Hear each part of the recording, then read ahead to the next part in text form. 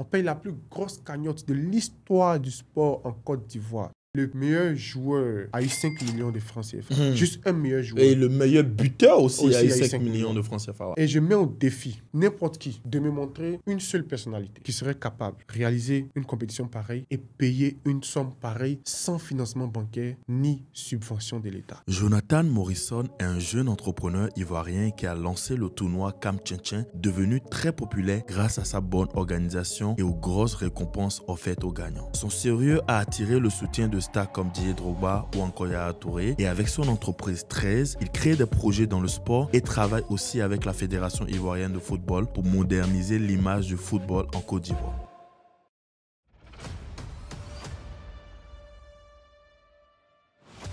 C'était quoi ton premier boulot qui te permet de commencer par gagner de l'argent? Caissier de supermarché, Walmart. Tu gagnais à peu près combien? J'étais autour de 10, 11 dollars par heure. Qu'est-ce que tu dirais selon toi qui fait que tu as pu quand même avoir le courage même de réaliser un projet comme ça? Je ne sais pas si les gens comprennent un peu. En fait, ils ne peuvent pas imaginer. Je réfléchis beaucoup, j'essaie de trouver des moyens d'abord pour gagner ma vie et ensuite pour participer au développement de mon pays et de la sous-région tout en gagnant ma vie.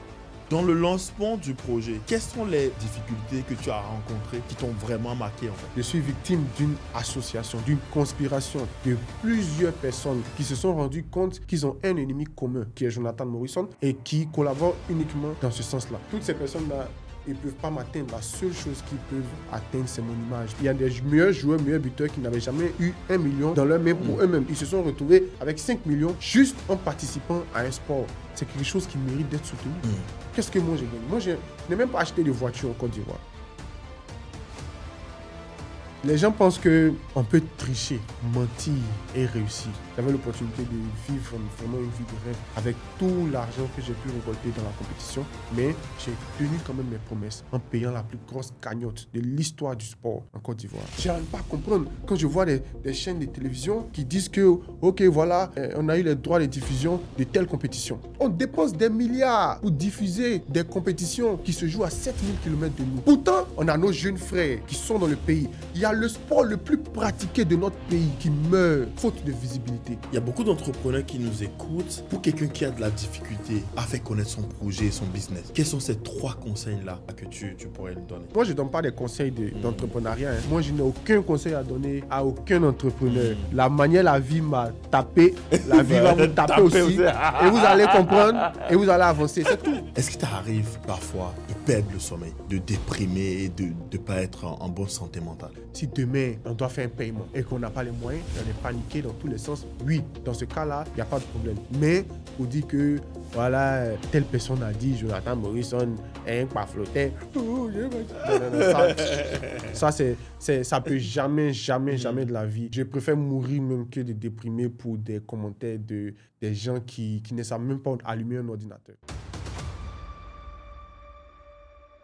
Alors les amis, je suis toujours aussi surpris lorsque je regarde ces statistiques parce que je me rends compte que plus de 90% d'entre vous qui suivez le podcast chaque semaine n'êtes toujours pas abonnés à la chaîne YouTube. Alors si vous aimez ce qu'on fait, le podcast qu'on produit ici pour vous chaque dimanche et que vous avez envie de nous soutenir, la façon la plus simple et la plus gratuite de le faire, c'est simplement en vous abonnant à la chaîne YouTube. Et si vous faites cela, l'engagement que moi je prends envers vous, c'est que chaque semaine, mon équipe et moi, nous allons donner le maximum pour vous permettre de suivre une émission de qualité, d'avoir toujours des invités qui sont à la hauteur afin que vous ayez le maximum d'informations et de ressources pour pouvoir réussir sur votre chemin entrepreneurial. Cela dit, laissons place au podcast. Bonjour à tous, bienvenue dans ce nouvel épisode de discussion informelle.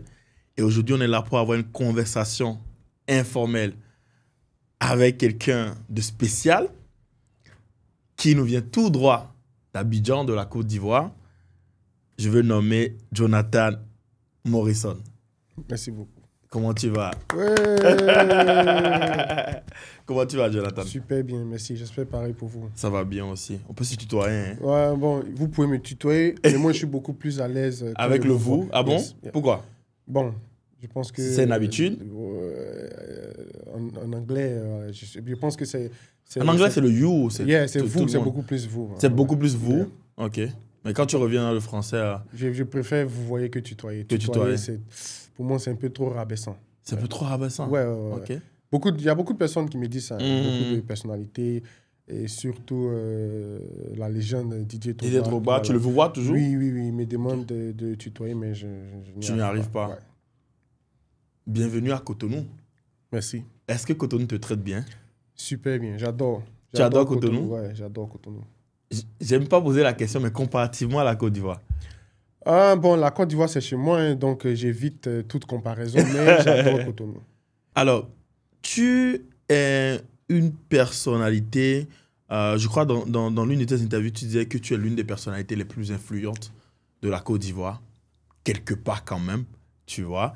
Et c'est pas rien, parce que beaucoup de personnes souhaiteraient être influentes, parce que quand on est influent, forcément, il y a des avantages qui viennent avec, tu as accès, on t'ouvre des portes, tout ça, tout ça.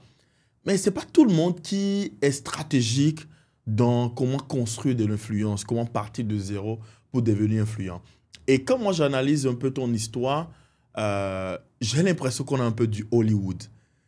Mais vrai de vrai. C'est-à-dire quand je te vois, j'ai l'impression de voir du Kardashian. Wow. Je sais pas. Alors, un truc qui est quand même assez incroyable lorsqu'on voit un peu ton personnage, c'est ce côté très mythique, tu vois, de ta personne. C'est vraiment, c'est que pour toute personne qui te découvre pour la première fois, que ce soit pas les critiques qu'elle te découvre ou que ce soit pas les belles choses que tu as accomplies qu'elle te découvre, il y a quand même un mystère qui plane au-dessus de ta personne. Et on a ce sentiment constant de ne pas cerner la personnalité parce qu'aujourd'hui, tu es reconnu quand même pour être la personne, l'entrepreneur qui organise le plus grand championnat de foot de petit camp ou de rue, si tu veux, en Côte d'Ivoire et désormais dans toute l'Afrique de l'Ouest actuellement. C'est pas un petit truc, c'est pas un petit projet. Il y a énormément de grandes personnalités de foot qui ont les moyens, les relations, la popularité pour pouvoir le faire, mais ils l'ont jamais fait. Qu'est-ce que tu dirais selon toi qui fait que tu as pu quand même avoir le courage même de réaliser un projet comme ça? D'où même te vient l'idée, le courage te dit, moi qui viens de rien du tout, je vais avoir un projet comme ça et le réaliser, quoi. Bon, honnêtement, là encore, je ne sais pas, hein. Je sais juste que je suis inspiré. Voilà, je réfléchis beaucoup. J'essaie de trouver des moyens d'abord pour gagner ma vie et ensuite pour participer au développement de mon pays et de la sous-région tout en gagnant ma vie. Donc, Pour gagner ta vie. non, en gagnant ma vie. Voilà, Ok. parallèlement. Voilà, dans le but de participer, forcément, il faut. Si tu n'es pas assis, tu ne peux pas aider les gens à s'asseoir. Donc, c'est dans ce sens-là que voilà, je réfléchis. Et honnêtement, ça vient naturellement. Hein, voilà, ça vient tout naturellement. Et voilà. Voilà, je ne sais pas quoi dire par rapport à ça, honnêtement. Avant de lancer le championnat, est-ce que tu dirais que tu étais déjà assis? Assis comment? Assis, comme tu viens de le dire, tu as dit si on n'est pas assis, on peut aider les autres à s'asseoir. C'est assis financièrement, si tu veux. Bon, chacun a sa définition d'assis financièrement, mais moi, je ne pense pas que j'ai une fois été assis financièrement dans ma vie. C'est-à-dire que le niveau que je vais atteindre pour me dire que je suis assis financièrement, je ne l'ai jamais atteint pour l'instant. Donc, je me débrouille. Je suis un jeune qui utilise les moyens de bord pour faire de belles choses. C'est tout. Voilà. La seule différence, c'est que j'apporte beaucoup de professionnalisme. Les difficultés que tu dirais que tu as vraiment rencontrées en grandissant, en te disant, ouais, quand tu étais en train de grandir, parce qu'on a tous, tu vois, eu des difficultés quand on grandissait. Bien sûr. Pour toi, c'était quoi les challenges, les difficultés quand tu étais enfant? Dans quel genre de conditions tu as grandi, en fait? Bon, moi, d'abord, j'ai grandi à Yopougon-Sidessi. J'ai grandi dans une famille modeste, chrétienne. Quand je peux dire les difficultés, bon, je n'ai pas vraiment connu de difficultés. J'ai grandi comme un enfant de Côte d'Ivoire doit grandir. Et, à l'adolescence, je suis allé aux États-Unis. Là encore, c'était encore plus à l'aise là-bas. Donc, voilà. c'est tes parents qui t'envoient aux États-Unis, non? Bien sûr. Tu as dit, tu crois que ta mère, elle a la nationalité Bien sûr. américaine et Bien tout? sûr. Ok. Donc, elle obtient la nationalité comment? Avec l'autovisa ou... Non, non, non. Elle était en France d'abord. Elle a fait, je crois, 10 ans en France avant d'aller aux États-Unis. Et elle a connu voilà, un homme. Bon, honnêtement, je ne sais pas comment elle a eu la nationalité. Je ne l'ai jamais posé, mais je sais qu'elle a la nationalité. Yeah. Ok, mais ton père et ta mère, tu es le seul pour eux ou Oui, oui, je suis le seul. Ah, tu es le seul pour Bien eux. sûr. Ok. Et tu es né en Côte d'Ivoire? Bien C'est sûr. bien ça. Yeah. Mais en grandissant, tu n'as pas eu peut-être de difficultés financières de ce que je suis en train de comprendre? Non, parce que, bon, d'abord, je ne connaissais même pas l'argent, la valeur de l'argent. Donc, comme je disais, là, j'avais la nourriture tous les matins, tous les soirs. Je n'ai jamais été renvoyé de l'école pour scolarité impayée. J'étais d'ailleurs très doué à l'école. Voilà, donc... Donc, tu as grandi avec qui alors? Avec mes grands-parents. Avec tes grands-parents? Yes. Ok. Côté maternel ou paternel? Côté maternel. Ok, donc c'est eux qui prenaient soin de toi majoritairement en fait? Bien sûr, bien sûr. Ok. Bien sûr. Et après, pourquoi tu... Ah, ok, quand tu grandis après, ta mère va déjà aux États-Unis et c'est comme ça que tu l'as rejoint aux États-Unis. Ok, super. Et quand tu grandissais avec tes grands-parents, c'était quoi? Est-ce que tes parents te manquaient? C'était quoi à peu près ces réalités? Parce que bon, même si tu avais de l'argent et que tu vivais avec les grands-parents, il y a un manque quand même qui vient de quelque part, non? Ils ont comblé ce manque-là. Je n'ai pas senti honnêtement. C'est vrai que je savais que ma mère était à l'étranger et que mon père il se débrouillait, mais j'avais tout l'amour dont j'avais besoin. Voilà, à la maison. Ouais. Je sentais même pas tout ça, honnêtement. C'est quand j'ai grandi que je me suis rendu compte de tout ça. Et quand on m'a dit que voilà, je devais partir aux États-Unis, tout ça. Ouais. Sinon, honnêtement, je vivais très bien, quoi. Ma grand-mère m'a donné tout l'amour que je pouvais recevoir d'une mère. Voilà. Shout-out à la grand-mère. Ouais, effectivement. Mon grand-père aussi. Et ton grand-père aussi. Tous les sacrifices, tout ça. Ouais. Ok. Et quand tu pars aux États-Unis, j'ai appris que dès que tu es arrivé, tu as été complètement phasé par ouais, le niveau de développement. C'était ta première fois en dehors de la Côte d'Ivoire? Non, j'étais allé déjà au Ghana, mais en voiture. C'était ma première fois de prendre l'avion, ouais, mais c'était aussi ma première fois hors du continent africain et j'étais vraiment stupéfait. Honnêtement, la taille de l'aéroport, les grandes routes d'avions, oui, les grandes routes, les immeubles. Parce que moi, quand je vois tout ça, je me dis pas, ok, d'accord, mais moi, j'imagine le temps, les ressources qu'il faut pour construire tout ça, la technique et le suivi même. En fait, c'est ça même qui montre la qualité de travail et la discipline d'un pays. Vraiment, j'étais vraiment stupéfait par l'aéroport. Je me dis, mais tout ça, imagine alimenter tout ça d'électricité 24 heures sur 24, ça doit être vraiment un travail incroyable. Et c'est ce qui m'a poussé à réfléchir davantage. Je me suis dit, mais c'est le même soleil qui brille là-bas, qui brille ici. Donc pourquoi cette grande différence? Et voilà, c'est là que tout est parti. Petite pause les amis, j'ai remarqué que la plupart d'entre vous qui suivez le podcast ou qui êtes abonnés à la chaîne YouTube n'êtes pas au courant que PodLab Studio est d'abord et avant tout un studio de podcast et de tournage de contenu vidéo où nous accompagnons les entrepreneurs, les entreprises, les créateurs de contenu à produire du contenu de qualité, à produire des podcasts de qualité comme nous le faisons avec Discussion Informelle. Ce qui veut dire que si vous aussi vous êtes un créateur de contenu, une entreprise, un entrepreneur, que vous avez envie de créer votre propre podcast comme nous le faisons avec Discussion Informelle, d'enregistrer des vidéos publicitaires ou des vidéos YouTube en général ou des contenus vidéo en général, sachez qu'à PodLab Studio, nous pouvons vous accompagner à faire cela. Tout ce que vous avez à faire si vous aussi, vous avez envie de lancer votre propre podcast ou de tourner vos contenus vidéo, c'est de cliquer sur le lien en bas de la description de cette vidéo afin de pouvoir nous contacter pour nous parler de votre projet et nous nous ferons un plaisir de vous accompagner à le faire et à le réussir. J'ai hâte de discuter de votre projet avec vous bientôt. Cela dit, laissons place au podcast. C'est là que tout est parti. Mais quand tu vas d'abord pour les études, non? Non, je ne vais pas pour les études. Je vais en tant qu'enfant d'une Américaine. D'une Américaine. Il fallait que j'aille avant d'atteindre 18 ans pour que j'aie la nationalité, pour que j'aie facilement les papiers. Mais si mes 18 ans me trouvaient ici en Côte d'Ivoire, bon, ce serait... ça serait plus compliqué. Ouais. Là, aujourd'hui, tu as la nationalité américaine? Ouais. Tu as le passeport américain aussi? Oui. Naturellement. Ouais. Ok. Et quand tu vas là-bas, tu fais quoi pendant 4 ans? J'ai appris que tu as fait 4 ans là-bas, c'est ça? Non, j'ai fait plus de 4 ans. J'ai fait près d'une décennie là-bas. Ok. Maintenant, Quand j'arrive, j'essaie de m'intégrer, hein, parce que déjà, ici en Côte d'Ivoire, je travaille. Bon, pas que je travaillais, mais j'avais un maître de maison spécialement pour toutes les autres matières et un maître de maison spécialement pour l'anglais. Parce qu'on me préparait déjà à aller aux États-Unis. Donc, voilà, j'essaie de m'intégrer, j'essaie de trouver de nouveaux amis. C'est un nouveau monde. Il y a plus le français. Il faut mettre le français à côté. Il faut comprendre l'anglais, comprendre comment ça fonctionne. C'est tout un nouveau système là-bas avec les papiers, donc le permis de conduire, la pièce d'identité. Si tu dois aller t'inscrire quelque part, il faut faire le sport et l'étude en même temps. Voilà, il y avait tellement de choses qui m'occupaient. Voilà, et ça m'a permis vraiment de connaître une autre vie, un nouveau monde et de grandir davantage. Ok. Et dans tout ça, c'était quoi ton train de vie aux Bon, États-Unis? j'étais à la maison, je partais à l'école, je rentrais. Je partais à l'école le matin à 5 heures, 4 h, 5 heures. Il fallait que je me mette sur la route parce que j'avais le sport, le football le matin.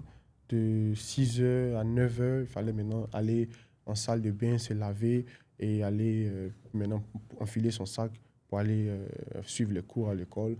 Et voilà, c'était ça. À 16 heures, le bus nous descend. Je vais bosser, faire les travaux ménagers de la maison et me reposer pour le demain encore. Ok. Mais là, tu ne gagnes pas encore de l'argent. Non. Ton premier boulot, si tu t'en rappelles très bien, c'était quoi ton premier boulot qui te permet de commencer par gagner de l'argent? Mon premier boulot, je pense, c'était caissier de supermarché, Walmart. Yeah. De Walmart. Yeah. En plus. J'ai beaucoup aimé l'expérience. Tu gagnes à peu près combien? Je ne me rappelle plus, honnêtement. Je vais pas dire. Mais ça doit être le SMIC.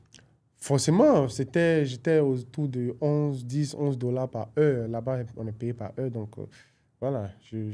En tout cas, c'était bien. C'était une très belle expérience d'apprendre davantage, de parler. C'est là que j'ai appris beaucoup, même parce que je servais les Américains, les Américaines qui venaient acheter leurs produits. Il fallait scanner, mettre dans les sachets, taper, tirer le reçu, prendre l'argent, tout ça. Vraiment, c'était vraiment une belle expérience. Tu fais ça pendant combien de temps? Je ne me rappelle plus. Il y a beaucoup de choses dont je ne me rappelle plus, mais je vais pas.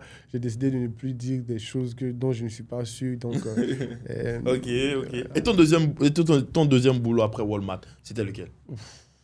Honnêtement, je ne me rappelle plus, mais je sais que j'ai travaillé à Walmart. Je sais que j'ai travaillé dans une agence de recrutement pour travailleurs, effectivement.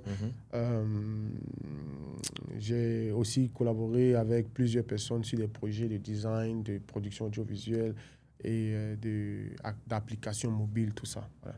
Ok. Et à quel moment, ou quel est le boulot, le premier boulot? Parce que Walmart, tout ça, tu es en train de faire le SMIC. Le SMIC, ça doit être 1500, 1800, 2000, etc. À quel moment tu commences par faire un travail qui te paye vraiment quelque chose de considérable, en fait? Bon, ça, c'est quand je commence à utiliser... Parce qu'il faut dire que quand je suis arrivé aux États-Unis, mon père, là-bas, il m'a déjà inscrit dans un programme informatique parce que déjà, j'avais une très bonne base, bon, en toute humilité, voilà. Et donc, j'ai décidé de vraiment de saisir cette chance-là. Il faut dire que j'ai été aussi nominé pour le prix d'excellence des futurs scientifiques et technologue aux États-Unis, à Boston, pendant mon séjour là-bas. Et voilà, j'avais vraiment une très bonne base. Donc, j'ai participé à des projets de design, de production, de publicité, de construction d'applications mobiles et tout ça. Donc, c'est là que j'ai commencé vraiment, parce que là, c'est en fonction de tes compétences que voilà, tu es payé. Voilà. Donc, c'est là que j'ai commencé vraiment à prendre mon envol. Pas vraiment fait quelque chose qui te permet de vraiment vivre et être un peu indépendant aussi des parents. Parce que jusque-là, au début, c'était les parents qui aidaient beaucoup. Oui. Vous commencez pas à être indépendant des parents. Et à quel moment le foot rentre en jeu dans tout ça, en fait? Bon, le foot était déjà là depuis le début. Juste que, comme j'avais subi une opération d'appendicite, je ne me sentais plus très en forme pour un niveau professionnel de football.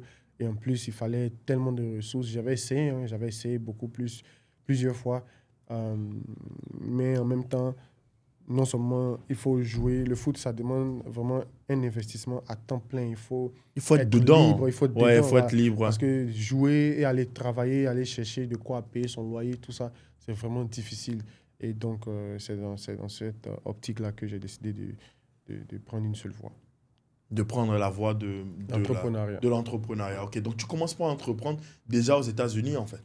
Bon, pas vraiment officiellement, parce que, comme j'ai dit, là, depuis mon arrivée, mon objectif était de ne pas gaspiller mon intelligence ou mes ressources dans un autre pays. Parce que je suis bien aux États-Unis. Il n'y a pas de problème là-bas. C'est le pays des opportunités. C'est beaucoup plus facile même de trouver des opportunités.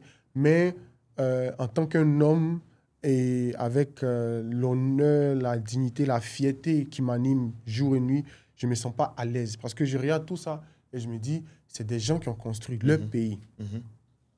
Ils ont construit leur pays. Ils ne sont pas venus chez moi pour profiter de ce que nous, on a construit. Donc, en tant qu'un homme, même si c'est le minimum que je vais faire, il faut que je fasse quelque chose pour mon pays ou pour mon continent, pour être moi-même à l'aise au plus profond de moi-même. Ok. Parce que je ne suis pas à l'aise à profiter du travail, de la construction d'autres personnes, de leur propre développement qui n'a rien à voir avec ce que nous avons dans notre pays. Voilà. Ok, donc tu avais envie d'entreprendre, mais d'entreprendre chez toi. Bien sûr. Ok, de construire chez toi, Bien en sûr, fait, d'apporter ta pierre pas à seulement l'édifice. entreprendre. Participer au développement. Participer au développement de ton pays. Voilà, Ok. parce que je me suis toujours donné beaucoup de valeur personnellement. J'ai toujours eu beaucoup d'estime pour ma propre personne. Donc, je me suis toujours dit que voilà, ce que je fais, c'est vraiment quelque chose d'impactant, quoi. Donc, je vais pas... Il y a beaucoup de personnes qui vont aux États-Unis, hein, qui quittent l'Afrique, qui vont là-bas, qui jusqu'à présent travaillent encore dans des entreprises ou bien ont leur business là-bas, mais qui vivent à l'aise là-bas. Mais moi, ce genre de choses, ça ne me plaît pas. Ok. Si je retourne, bon, il n'y a pas de problème. Peut-être je veux que mes enfants aillent dans des écoles, voilà, là-bas, pour avoir la même expérience que moi, pour aller se former et revenir investir ici. Il n'y a rien de méchant à ça. Mais si je dois m'installer vraiment, si je dois bâtir quelque chose, ça doit être pour mon pays. Ça doit être dans mon pays. Imagine que tout ce que j'ai fait là, je faisais là-bas. Non seulement ils ont déjà vu ça, plus grand que ça, mais Tu n'auras en pas plus, d'impact, quoi. effectivement, voilà. Donc, c'est mieux ici d'apporter ça. Aujourd'hui, grâce à ce qu'on a pu faire avec la CAM, il y a plusieurs autres tournois qui payent des millions. Ça a boosté l'industrie du sport. Beaucoup d'équipes, beaucoup de fédérations ont commencé à se mettre davantage au travail. Et c'est ce qui me plaît, quoi. C'est ce que j'ai envie de voir. Ouais. Ok. Tu étais toujours en train de chercher, c'est ça? Ouais. Si vous voyez les belles images, les belles vidéos, c'est parce que je sais... En fait, vous savez, il y a des choses dans la vie, même si tu as l'argent, ça ne suffit pas. Il faut avoir un contact. Il faut avoir un réseau. Il faut faire partie d'un certain réseau pour avoir accès à certaines choses. Voilà. Donc, comme la question que vous voulez dire, je comprends, c'est peut-être on vous voit dans les jets privés, ici, on vous voit manger là-bas, par-ci, par-là. Comment vous faites ça? C'est ça la vraie question. Je vous vois venir. Mais en réalité, voilà, c'est juste une question d'intelligence, une question de stratégie, une question technique. Et voilà, ça, c'est mon propre petit secret. Voilà, je ne vais pas dire aux gens comment je me suis retrouvé à manger chez Salt Bay, mais je vais laisser tout le monde voir que ouais, j'y suis allé, quoi. Ok. Non, après, je pense que tu as répondu à la question. Hein. Ouais. C'est que, en fait, tu gagnes ton argent et tu te faisais plaisir, ouais, tout de simplement. Manière de manière stratégique, voilà. En fonction de ce que ça te permettait de faire, quoi. Mais quand même, ce qui est assez louable dans le truc, c'est de dire, malgré que tu gagnais quand même pas mal ta vie là-bas, et tu pourrais rester là-bas comme la plupart des expats, bien sûr. Tu décides quand même de rentrer, de revenir chez toi, tu vois. Donc, à quel moment tu as l'idée, en fait, de la CAM? En fait, je voulais faire, comme j'ai dit, toujours dans cette optique de participer au développement de mon pays. Il fallait que je trouve... parce que j'ai tellement de choses là. Je suis athlète, je sais conduire, j'ai quand même une casquette informatique, j'ai pu faire des applications, des sites internet, la communication, j'ai tellement de choses. Donc, il fallait vraiment canaliser tout ça pour ne pas aller en besogne. Même si je n'ai pas réussi à 100%, quand même, j'ai été quand même dispersé, mais j'ai réussi quand même à canaliser parce que j'ai beaucoup de choses que je prépare, que je prévois. Donc, ce que je peux dire, c'est que tout commence d'abord par j'étais vraiment fan de cartes bancaires. Voilà, j'étais passionné, la technologie, voilà. des centaines de millions de personnes ont tous un chiffre digital vraiment précis. Différent. Moi, je fais une transaction et l'argent quitte spécialement dans mon compte. Ça va dans son compte avec tous les numéros qu'il y a dans la base de données. Vraiment, j'étais vraiment passionné. Et aussi, la communication qui va avec. Quand je voyais les Américains communiquer avec le cadre bancaire, la 3D, ça tourne. Vraiment, j'étais vraiment passionné. Donc, je voulais aussi avoir la mienne. Donc, j'ai commencé à travailler sur 13Pay, qui serait une application et une carte prépayée qui va permettre aux gens de faire des achats. Là, c'est le tout premier produit sur lequel tu as commencé à travailler. Effectivement. OK. Et avant même la cam, tout ça? Avant même la cam. Et la cam est née dans l'optique de communiquer sur 13Pay. OK. À la base, je me suis dit, bon, je n'ai pas le budget pour faire une communication. Je n'ai pas les contacts, parce que je suis là-bas, il faut que je vienne ici. Je n'ai pas tout ce qu'il faut pour faire une communication de grande envergure, pour vendre les cartes vraiment à grande échelle. Et là, je ne vais pas aussi faire un projet qui va rester dans l'ombre, courir derrière les partenaires, tout ça. Donc, il fallait me trouver un moyen d'attirer toute la jeunesse. Et 13Pay aussi, c'est pas seulement un projet, une carte bancaire pour vendre, pour rentabiliser, mais je voyais aussi le taux faible de bancarisation en Afrique. Et c'était pour moi un moyen de créer le pont entre la banque et les Africains. Parce que si l'argent ne circule pas, c'est très compliqué de se développer. Il faut faciliter la circulation de l'argent pour que les choses puissent aller rapidement. Donc, c'est dans cette optique-là que j'ai mis en place 13Pay. J'ai commencé à chercher les partenariats, comment j'allais développer l'application, les autorisations nécessaires, tout ça. Même parallèlement, il fallait aussi que je prépare une bonne communication pour que ça puisse réussir. Et donc, c'est dans cette optique-là que je me suis assis. En tant que maintenant, j'ai enfilé ma casquette de communication. Et je me suis dit qu'il faut être très stratégique. Donc, j'ai joué au football petit poteau. J'ai grandi en Côte d'Ivoire. Et je pense qu'il faut trouver le moyen d'attirer l'attention des jeunes. Il faut trouver le moyen de rassembler les jeunes autour de ce sport-là pour que, derrière, parallèlement, ça facilite la communication pour ton... communication. Parce que s'ils sont là, tu peux facilement leur dire utiliser ma carte. Voilà. OK. Et aussi, parallèlement à ça, ça aide aussi au développement de ce sport. Donc, ça rejoint ma vision de participer au développement des jeunesses africaines, voilà, tout en gagnant ma vie. Ça, c'est complètement incroyable parce que, incroyable et improbable de se dire l'idée de ton plus gros projet, ça vient en essayant de trouver une idée pour communiquer sur un premier projet, un autre projet. En fait, pour toi, de base, c'était juste, OK, je vais utiliser ça comme outil de communication pour communiquer sur mon produit, tu vois. Et de se rendre compte après qu'en fait, la communication, ça prend vraiment que derrière, en fait, à moi, la question que ça me pousse à leur poser, parce qu'on voit qu'en termes de communication, la CAM, ça a été un succès incroyable. C'est quoi, quelles ont été les retombées pour 13Pay, en fait? Les retombées pour 13Pay sont bonnes. Aujourd'hui, on est en collaboration avec Visa et la banque UBA. Je pense que la compétition a joué aussi un impact fort pour que ces grandes institutions-là puissent nous faire confiance.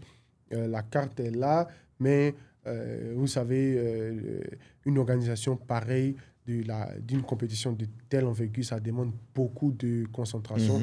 Donc, vu que 13Pay, c'est le projet phare, on prend notre temps. Voilà, les cartes sont là, on a mis en place un système et très bientôt, on va les sortir. OK, donc jusqu'à présent, 13Pay n'a pas encore d'utilisateurs, en fait. 13Pay a des utilisateurs parce que 13Pay n'est plus maintenant une carte pour Visa, tout le monde. Pour tout le monde, voilà, okay. C'est maintenant une carte, ça sert maintenant d'identification pour les membres du 13. Okay. Parce que 13 même... C'est une communauté, tu Voilà, c'est une communauté. Voilà. Donc, ce n'est plus disponible pour tout le monde. Pour tout le monde, donc, on ne va plus communiquer partout. Actuellement, on est en train de tisser des partenariats avec des entreprises, des restaurants, des hôtels, des boutiques. Et quand on aura suffisamment de partenaires, on va maintenant lancer officiellement pour dire aux gens, si vous rejoignez les 13 et que vous avez votre carte 13Pay, quand vous allez dans tel restaurant, voici les avantages. Voilà. Et là, on puise notre notoriété et toutes les ressources de la CAM. Donc, quand on va dans un restaurant ou bien dans un hôtel ou bien dans une entreprise, on leur explique que voici ce qu'on a fait déjà. Donc, on n'est pas n'importe qui Et on a une grande communauté de jeunes qui nous suit et qui aiment notre vision. Donc, on veut leur offrir des avantages, voilà, à travers notre programme 13P. Stratégique. Yeah, Stratégique. Donc, stratégique. Là, on va avec le flow. Là, on a débuté avec une carte bancaire. Après, on est allé dans une compétition. Maintenant, on voit que si on veut faire des cartes... parce que les gens, on voit plusieurs entreprises qui font que vendre des cartes prépayées, mais il n'y a pas de suivi derrière. Les gens achètent juste et puis après, ils déposent. Ils ont 4, 5 cartes. Nous, on veut se différencier. Voilà, donc... je te coupe pas, mais ce que j'aime dans l'idée, tu vois, en tant qu'entrepreneur marketeur, c'est que je me dis... Tu crées l'exclusivité. Bien sûr. Le fait de dire que c'est plus une carte Visa pour tout le monde, ça devient une carte Visa pour les gens de la communauté. Si tu crées l'exclusivité, c'est-à-dire ça devient comme une façon pour la plupart des gens qui sont dans la communauté de... Quand ils vont quelque part, je suis dans le 13. Tu Effectivement. Vois? Et ça crée ce sentiment-là, en fait, d'appartenance. Voilà. Et ça t'ouvre des portes. Ça veut dire que tu peux aller à des endroits et le simple fait que tu as la carte 13, ça fait qu'on t'ouvre des portes. Bien sûr. Le simple fait d'avoir la carte 13 te fait bénéficier de toute l'aura de Jonathan Morrison, de la CAM, de tous les projets. Quand on te reçoit, on te dit, waouh, tu fais partie de cette communauté-là. Donc, les partenaires aussi, ils ont intérêt parce qu'on a une plateforme aussi privée où tous les membres peuvent donner leurs observations. Par exemple, si tu es allé dans tel hôtel et tu as été mal reçu, tu peux publier là-bas. Si tu as été bien reçu, tu publies là-bas. Nous, ça nous permet... Aussi, on n'accepte pas n'importe quelle entreprise dans notre réseau. Il y a des standards de qualité. Et c'est tout ça qui prend d'ailleurs le temps. Et c'est la raison pour laquelle on n'a pas encore lancé officiellement. Voilà. Pour être vraiment sûr que quand c'est lancé, c'est lancé. Voilà, pour être vraiment sûr. Voilà. Et que quand les gens décident enfin de rejoindre notre communauté, ils viennent trouver des services et des choses prêtes, pas des choses qui sont encore en construction. Donc là, ici... en Côte d'Ivoire, on a déjà une panoplie de partenaires. Là, on est en train de tisser aussi une toile ici à Cotonou. Bientôt, on va au Cameroun, au Sénégal pour installer la compétition. On tisse une toile. Et quand on aura fini notre tournée, maintenant, on pourra dire que voilà, tous les pays où nous sommes installés, voilà, tous ceux qui suivent notre vision, vous pouvez rejoindre les 13 en suivant ce programme-là. Et quand vous avez votre carte, voici les avantages dont vous avez besoin. Il y a plusieurs autres avantages, mais je ne vais pas utiliser votre podcast pour faire la publicité. Voilà, je vous respecte, je respecte le temps que vous m'accordez. Donc, voilà. Oh, ça c'est super. Et quand tu as l'idée, de la cam comme ça, et que tu te dis, je vais l'utiliser pour communiquer sur mon projet mère, qu'est-ce que tu découvres par la suite par rapport à l'implémentation? Je découvre qu'en réalité, c'est la cam, mon projet mère. Je découvre que j'allais dire, quoi. Ouais. Après, je me dis... plusieurs fois, j'ai essayé, j'ai failli abandonner parce que je me suis dit, toi, tu es un jeune, tu es né à Yopougon, tu as grandi à CDC. Qu'est-ce qui te donne le culot de vouloir organiser une compétition d'une telle envergure et tout ça, mais... Après, aussi avoir grandi aux États-Unis, ça te donne vraiment... Ça t'ouvre les esprits. Donc tu te dis, rien n'est impossible. Pour moi, en tout cas, si c'est possible, c'est que c'est possible, en tout cas. Donc, je fonce, quoi. Ok. Ouais. Tu fonces sans gros capital. C'était quoi le capital de lancement de la CAM? Je ne me rappelle pas, honnêtement. C'est pas un gros capital, quand même? C'est pas un gros capital, non, pas du tout. Tu peux pas dire que tu avais un gros réseau à l'époque? Non. Pas de capital. Pas de capital, pas de réseau. Ouais. Est-ce que tu étais déjà très connu sur Internet? Bon, j'étais connu. Un peu, quand même? Bon, c'était aussi... j'étais connu, quand même. J'avais une base, voilà. Mais il fallait maintenant exploiter ça pour gagner davantage. Pour donner vie au projet, quoi. Effectivement. Yeah. OK. Dans le lancement du projet, quelles sont tu dirais, les 3 grosses difficultés que tu as rencontrées dans la mise en place, qui t'ont vraiment marqué, en fait? D'abord, je ne savais pas, honnêtement, qu'il y avait... peut-être que je savais, mais j'ignorais totalement la présence d'un palais des sports en Côte d'Ivoire. Donc, mon objectif, c'était de construire des gradins dans un espace parce que je ne voulais pas que les gens s'arrêtent autour de l'aire de jeu, comme on voit de là dans les tournois. Et après, il y a eu des difficultés et on n'a pas pu le faire. Et donc, c'est dans cette optique-là qu'on m'a référé au Palais des Sports. Et quand j'ai vu l'endroit, j'ai dit, waouh, c'est possible de faire des événements ici. Parce que, voilà, je me dis qu'il faut vraiment du gros capital pour faire des événements. Mais quand j'ai appris la disponibilité, tout ça, ouais, pourquoi pas essayer. Et donc ça, c'est vraiment quelque chose qui m'a marqué parce que beaucoup de personnes pensaient que je rigolais ou que je mentais ou quoi que ce soit. Mais en réalité, on avait vraiment l'impression de construire des gradins. On y travaillait vraiment. Et on y mettait tous les moyens. Voilà. Mais après, on a vu Mais que... où est-ce que tu trouvais, excuse-moi la question, mais où est-ce que tu trouvais l'argent pour vouloir construire des gradins, quoi? Bon, avec... C'est beaucoup d'argent quand même. Ouais, ouais, c'est beaucoup d'argent. On avait des devis, on avait des partenaires, parce Ok. qu'avec la popularité, la visibilité aussi, on a eu beaucoup de promesses non tenues par beaucoup de personnes. Et tout ça, ça nous a pénalisés. Voilà, honnêtement. Mais on avait des partenaires qui ont manifesté avant que j'annonce. Je ne peux pas venir annoncer quelque chose sans avoir une assurance. Mais j'avais une assurance de certains partenaires qui comprenaient le projet et voilà, qui s'étaient engagés à y investir. Mais après qui ont tourné le dos. Donc, voilà. Ok. Et après ça, deuxième grosse difficulté que tu as rencontrée. Une autre difficulté, c'était mon image. Voilà. J'ai subi beaucoup de diffamations, beaucoup de moqueries. Et toutes ces diffamations et ces moqueries ont poussé... Avant même beaucoup la de- cam? Oui, avant la toute première édition, ont poussé beaucoup de partenaires à s'éloigner du projet par peur Être de associé à une salir, mauvaise voilà, chose, à une ouais. mauvaise chose. Mais mon intention était vraiment bien. Et vraiment, ça, c'est une des plus grosses difficultés que j'ai rencontrées parce que, comme je disais, n'ayant pas le budget des grandes institutions et n'ayant pas les contacts qu'il faut pour redorer mon image en une période de temps, il fallait vraiment que je trouve un moyen pour m'adapter à tout ça. Donc, c'était vraiment une grosse difficulté aussi de faire face à toute cette vague de haine. De haine, là. Voilà, de haine, de diffamation, de moquerie, et aussi rester concentré à travailler pour atteindre mes objectifs. Où tu trouves le courage de quand même continuer, malgré que personne ne croit en toi, et tu as une vague de diffamation, en fait. Bon, je trouve... Déjà, je savais que ça allait arriver. C'est normal. Comme je disais là, j'ai fait des recherches avant de venir. Je me suis préparé mentalement. J'ai fait des semaines, voire même des mois, tout seul, en train de faire des recherches, en train de lire des livres, d'écouter des audios, de regarder des vidéos qui m'ont fait comprendre que dans la vie, avant d'atteindre ton objectif, tu vas traverser des périodes incroyablement difficiles. Et donc, quand je viens en Côte d'Ivoire et que je rencontre tout ça, Tu dis, j'étais déjà préparé. merci, j'ai su que j'étais sur le bon chemin quand les choses ont commencé à être difficiles. C'est paradoxal, hein? Ouais, mais c'est vrai. Sur ce chemin-là, vers le succès, je dirais, quel est le coup bas qui t'a le plus fait mal et auquel tu t'attendais pas? La publication de mon père. Ouais. Yeah.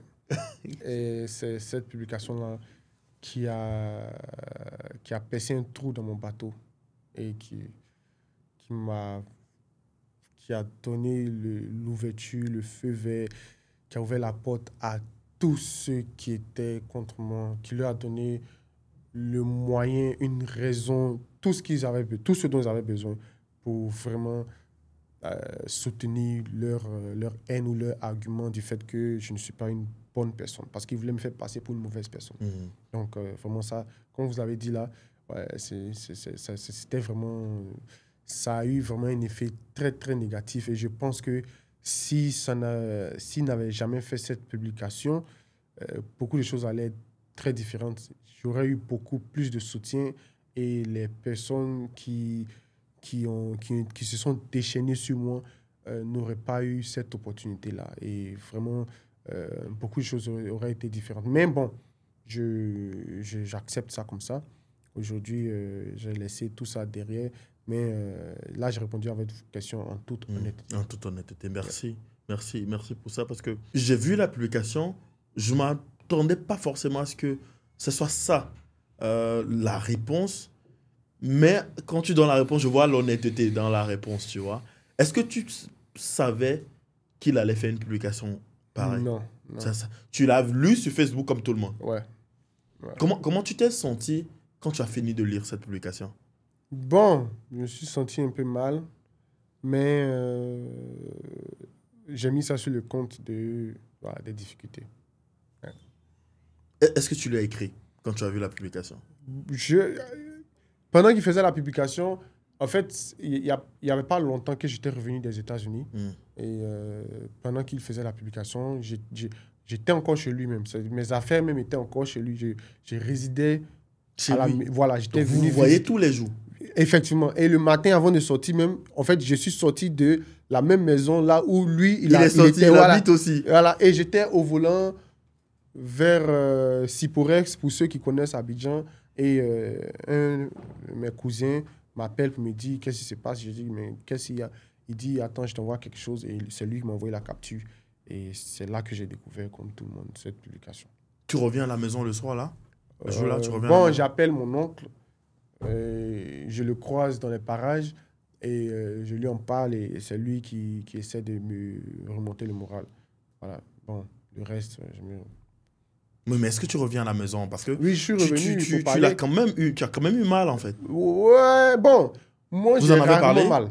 Moi, j'ai rarement mal. J'ai répondu à la question par rapport à ce qui m'a le plus Marqué. voilà, a été un coup dans le dos. impacté. Voilà. Mais moi, aux États-Unis, on dit le bois et le caillou peuvent te faire mal, mais les mots de quelqu'un ne peuvent pas te faire mal.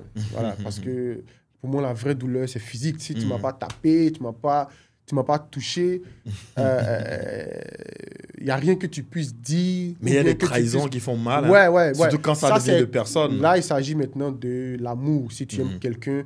Et là, il s'agit dans le couple. C'est un engagement que tu fais et tout ça. Là, les faits et gestes ou les dits de cette personne avec qui tu es en couple peuvent t'affecter. Ça, c'est normal parce que du moment que je suis en couple avec toi, ça veut dire que je baisse mes gardes. Ça veut dire que avec tout le monde, je suis dur, mais avec toi, je ne suis pas la même personne. Voilà. Telle personne peut me parler d'une certaine manière. Ou bien, bon, je renverse, mais en tant que la femme avec qui je suis en couple, il y a des choses que tu peux te permettre de faire, mais les autres ne peuvent pas se permettre de faire. Voilà, parce que être en couple avec quelqu'un, tu baisses tes gardes. Donc, c'est un peu ça. Donc, comment ça s'est passé par la suite avec papa? Bon, comme je disais tout à l'heure, tout est rentré dans l'ordre. Il faut souligner que moi, je le comprends. Hein. Il n'y a pas d'animosité. Mais Après, quelle était la cause? quand je venais des États-Unis en Côte d'Ivoire, c'était la même période où j'avais rompu avec une ex.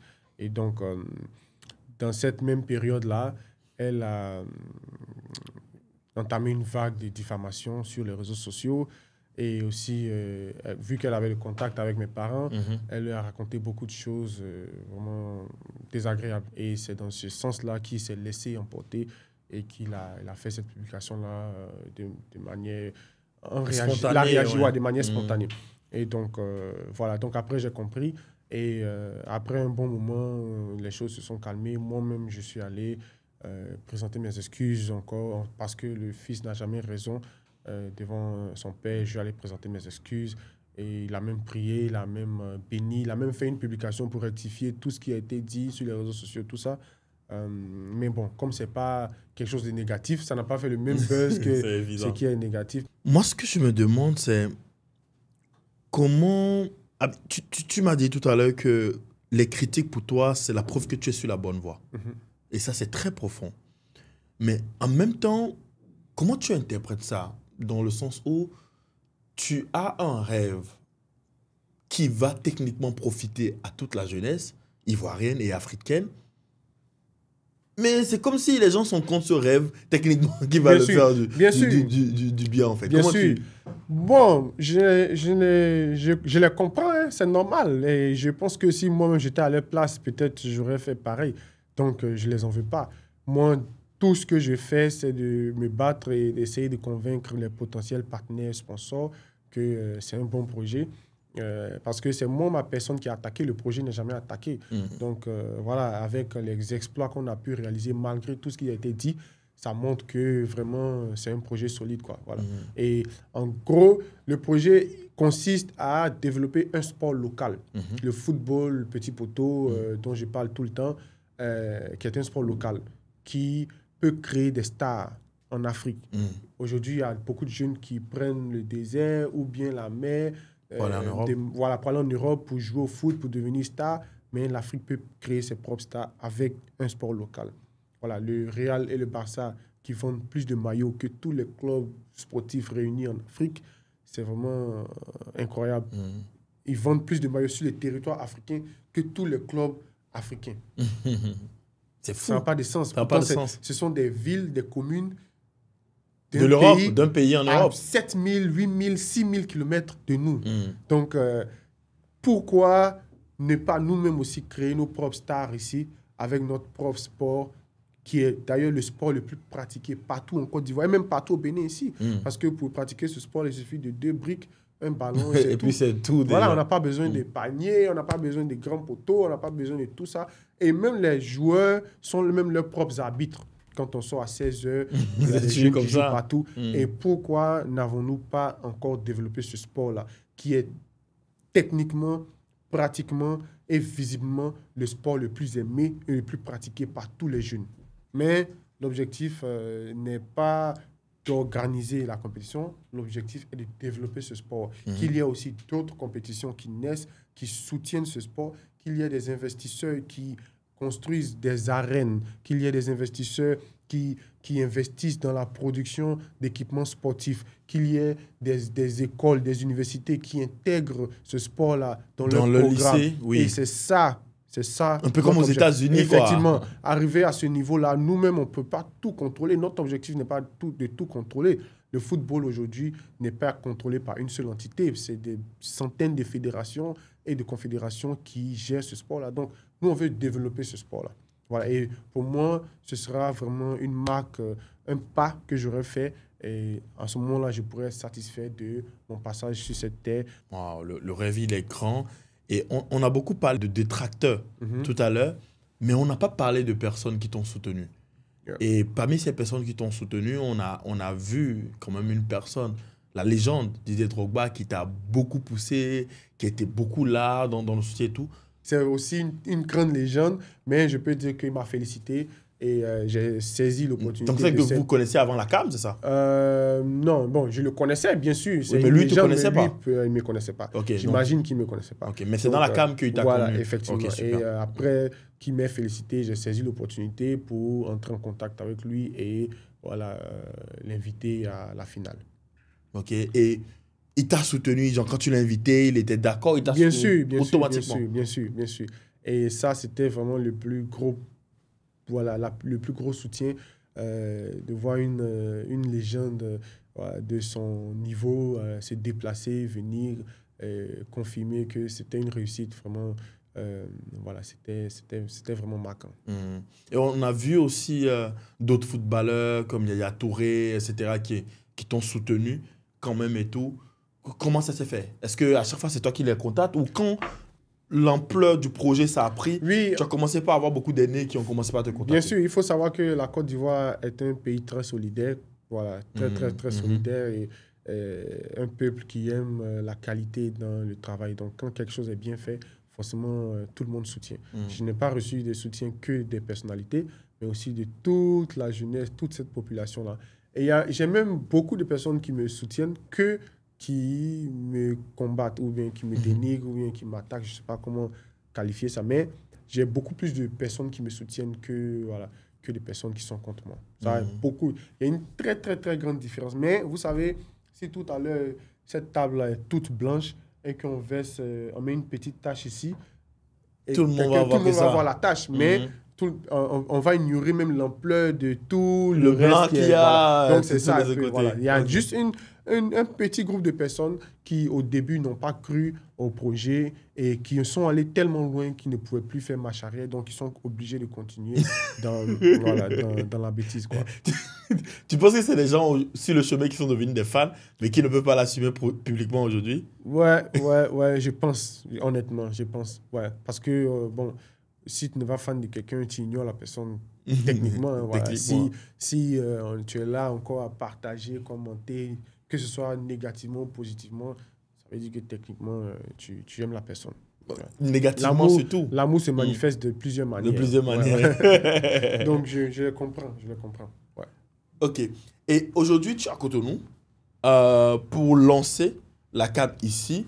Comment ça se passe depuis ton arrivée en termes de l'organisation, la recherche des partenaires, l'installation ici? Comment Ça se passe super bien. Je remercie l'agence Île Sacrée avec à sa tête Madame Ariane Eteka qui fait un travail extraordinaire dont je vais même m'inspirer pour mes prochaines compétitions que je vais organiser. Et la directrice le disait ce matin, on n'aurait pas eu meilleur partenaire ici au Bénin pour organiser cette compétition-là. Donc voilà, on collabore avec l'agence. Moi, de mon côté, j'essaie de tisser, comme j'ai dit, la toile, rechercher des partenaires et être présent dans tous les rendez-vous médias où il faut pour que je puisse parler de la compétition et faire la promotion de ce sport-là.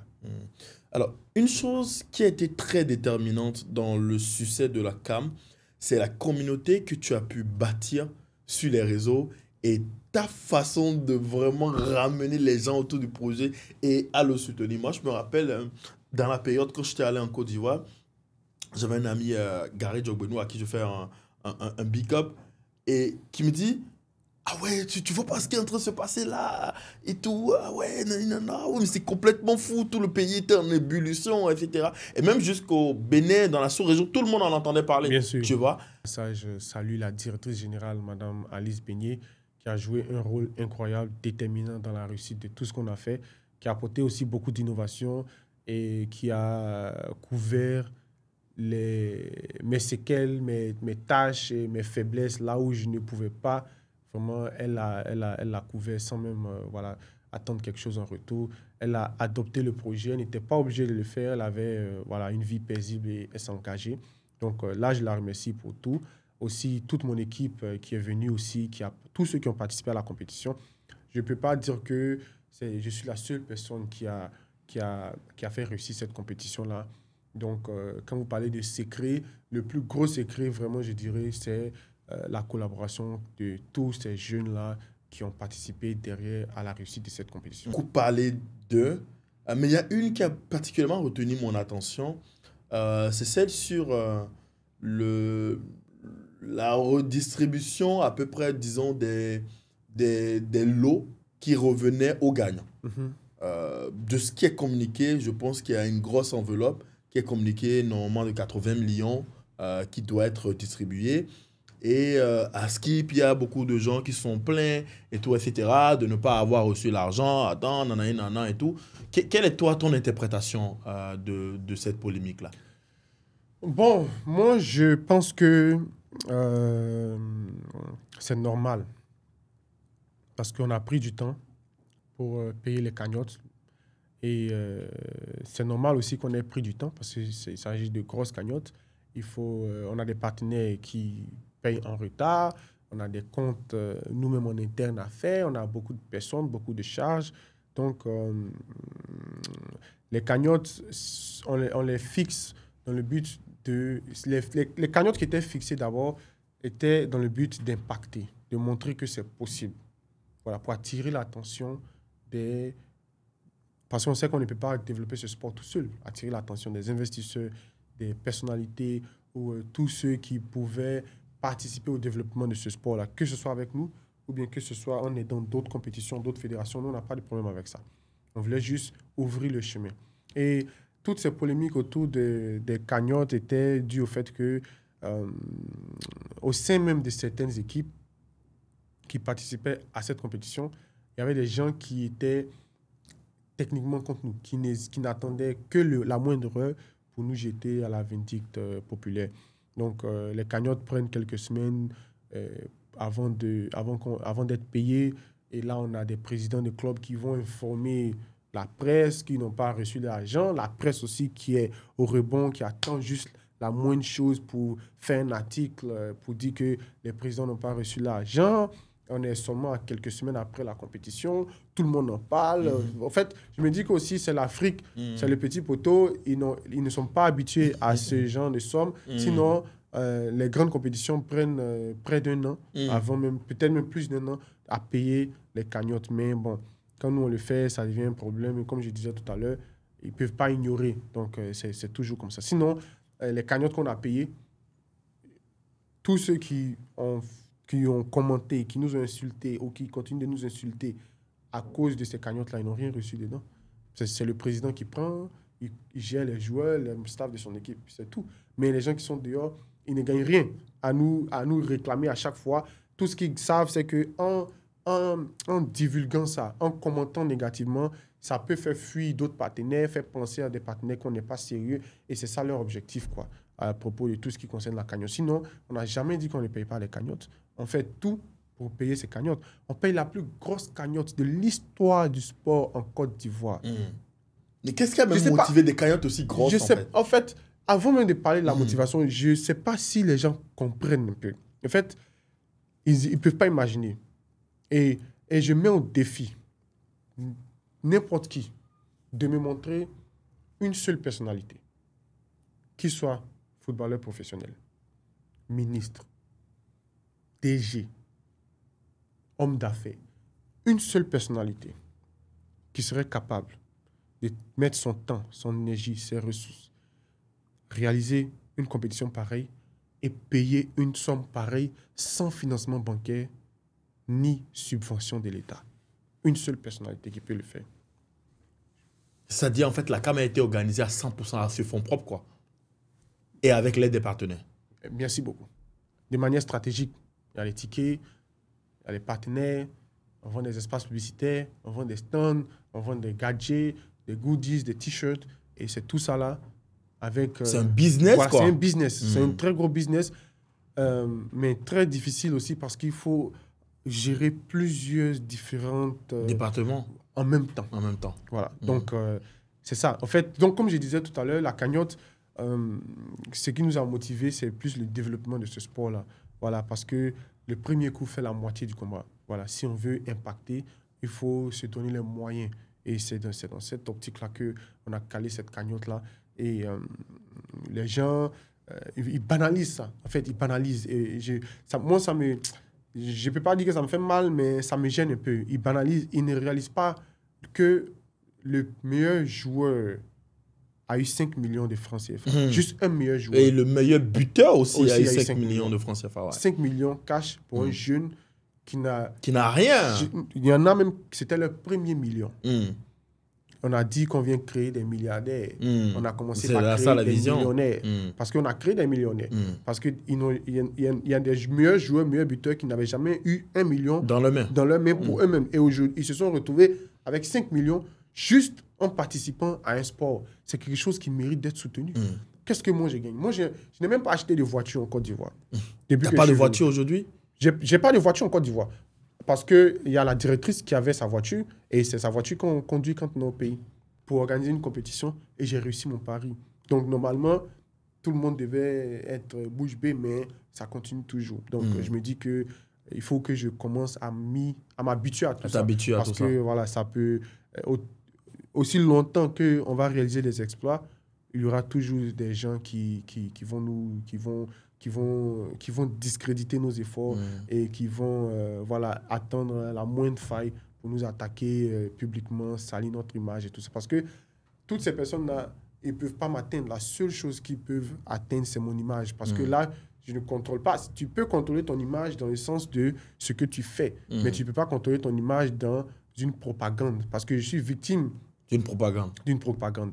Je suis victime d'une association, d'une conspiration de plusieurs personnes qui se sont rendues compte qu'ils ont un ennemi commun et qui se sont mis ensemble. Ouais, qui est Jonathan Morrison, et qui se sont mis ensemble et qui collaborent uniquement dans ce sens-là. Il y a même des compétitions qui ont été créées spécialement, montées spécialement pour venir distraire notre quiétude, pour nous concurrencer ou quoi que ce soit. Mais bon, on garde la tête haute et puis on continue de travailler. Pour nous, il n'y a que le travail qui paye. On ne regarde pas tout ce qui se dit de négatif. On reste concentré, on reste focus pour aller jusqu'au bout, quoi. Tu connais ces personnes? Quelles personnes? Les personnes qui sont associées pour te Pour te critiquer? Bon, les connaître, c'est un peu trop dit, je sais pas, parce que je ne les connais pas personnellement, mais je vois. Euh, bon, je sais pas si je vais appeler ça un service de renseignement, mais j'ai quand même des Un moyens service de d'avoir des renseignement. informations. Parce que Hmm. en tant qu'un entrepreneur, en tant qu'un homme, c'est comme un animal dans la jungle. Ta connaissance de tout ce qui se passe dans la jungle est ton arme la plus forte. Il faut savoir là où tu es, ce qui se passe, comment ça avance, ce qui vient vers toi. C'est très important. Donc, j'ai quand même mis un petit réseau, un moyen pour moi de savoir ce qui se passe. Donc, c'est dans ce sens-là que j'ai conclu que vraiment, effectivement, et là, je peux l'affirmer, que j'ai été victime d'une propagande qui est vraiment incroyable.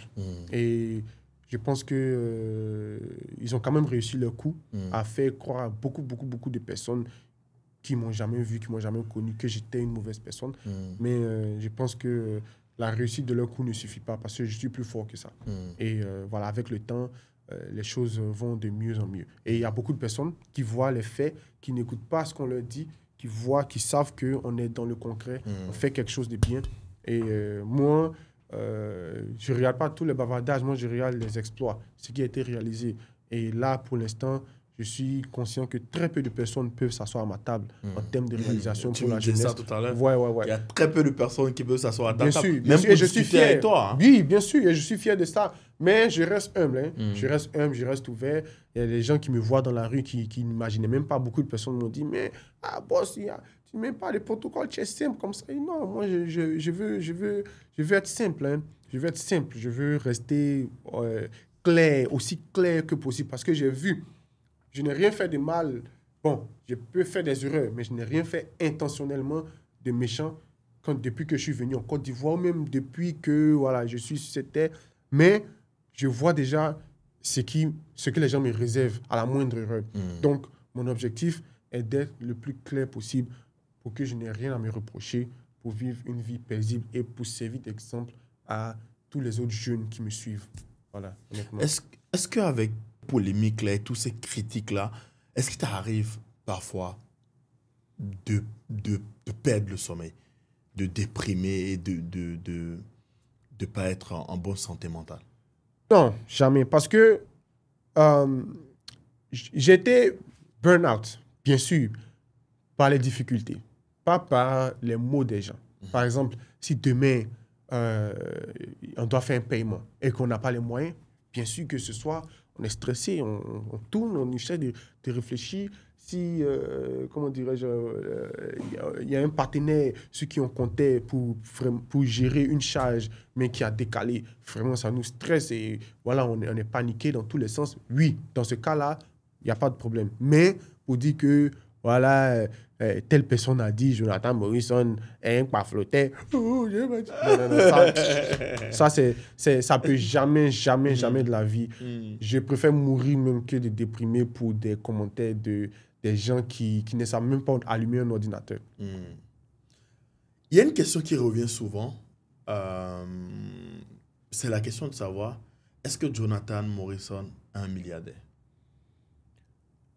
Ça, c'est une très belle question. Ça dépend de la signification de milliardaire. Pour le dictionnaire, milliardaire, c'est celui qui a des milliards, qui a un ou plusieurs milliards. Mais pour moi, le milliard, c'est comme une médaille. Vous savez, les gens pensent que on peut tricher. Ils pensent que on peut mentir et réussir. Donc, ils sont tellement habitués à voir des arnaques par-ci, par-là, que, surtout en Côte d'Ivoire, on a connu, je ne vais pas dire le nom, mais on a connu beaucoup d'entreprises qui ont fait des appels au public pour venir investir et tout ça, qui après, les gens se sont rendus compte qu'ils ont été arnaqués. Donc, quand ils voient un projet d'une telle envergure, ils ont peur automatiquement. Mais ils oublient que pour réussir, il faut être honnête. La cour d'écran, c'est vraiment pas du jeu. C'est différent de ce que les gens pensent. Il faut être honnête. Il faut travailler. Il faut tenir ses paroles. quel que soit qui tu es, tu ne peux pas mentir et réussir. Les micmacs, les gens pensent qu'il y a des arrangements derrière. C'est vrai, là, ça arrive, mais ça arrive à l'échelle vraiment en bas, pas à grande échelle. Et moi, en termes de milliards, je pense que pour avoir 1 milliard, il faut avoir de la matière. Pour obtenir 1 milliard, même si tu es arrivé dans ta vie à toucher 1 milliard et qu'après tu as bouffé, c'est fini, le fait même d'être arrivé là-bas, c'est pas tout le monde qui peut arriver là-bas. Est-ce que tu es déjà arrivé là-bas une fois? Est-ce que moi je suis arrivé là-bas? Je n'ai jamais eu 1 milliard. Effectivement, je ne peux pas dire que j'ai touché 1 milliard comme ça dans ma main. Voilà.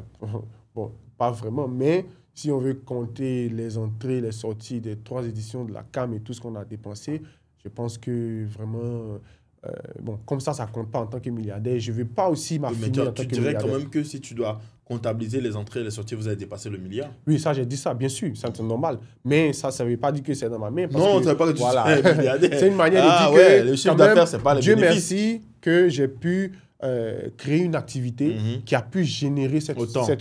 Et voilà, ça c'est aussi ma fierté. Est-ce que tu dirais que la CAM est profitable aujourd'hui? Je ne sais pas si la question est claire. Est-ce que la CAM se suffit à elle-même? Est-ce que la compétition se suffit à elle-même? C'est-à-dire, les revenus de la compétition, est-ce que ça arrive à couvrir les charges de la compétition? Est-ce que vous arrivez à dégager des bénéfices? Oui. Les revenus, effectivement, parce que, comme j'ai dit, on n'a pas de subvention de l'État ni de financement bancaire. Donc, ce sont les revenus de la compétition qui organisent la compétition elle-même. Voilà, avec la vente d'espaces publicitaires, les partenariats, la vente des gadgets, les tickets aussi, tout ça. C'est ça qui permet à la compétition de vivre. Voilà, donc, bien sûr que la CAM est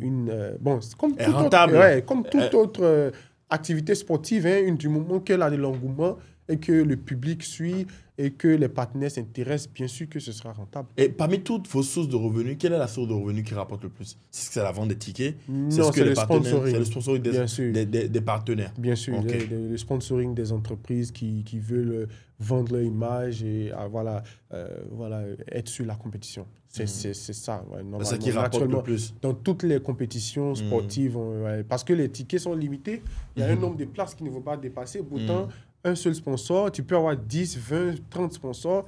Il n'y a pas de nombre de sponsors qu'il faut payer. Puis, les montants c'est quand même la plus grande compétition sportive de l'histoire du sport en Côte d'Ivoire. Donc, tu précises quand même ça.